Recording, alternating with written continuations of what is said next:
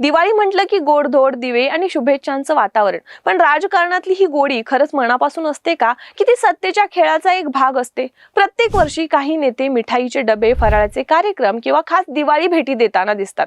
पण हा सगळा उत्सव फक्त परंपरेचा भाग असतो का, की या गोडव्यात लपलेलं असतं पॉवर इक्वेशन? आज आपण बघूया राजकीय दिवाळी भेटींचा खरा अर्थ, साखरेचा गोडवा की रणनीतीचा मसाला.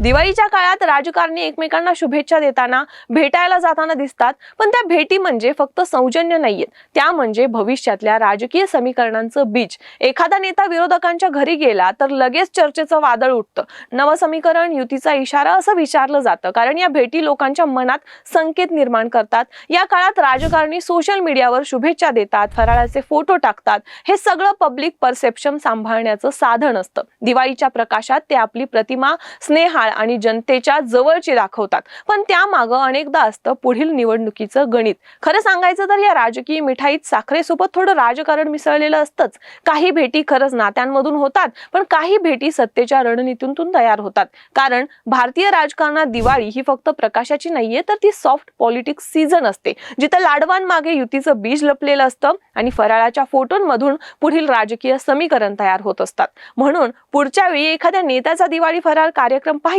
तर लक्षात ठेवा, गोडवा नक्की आहे, पण त्यात थोडं सत्तेचं राजकारणही आहेच.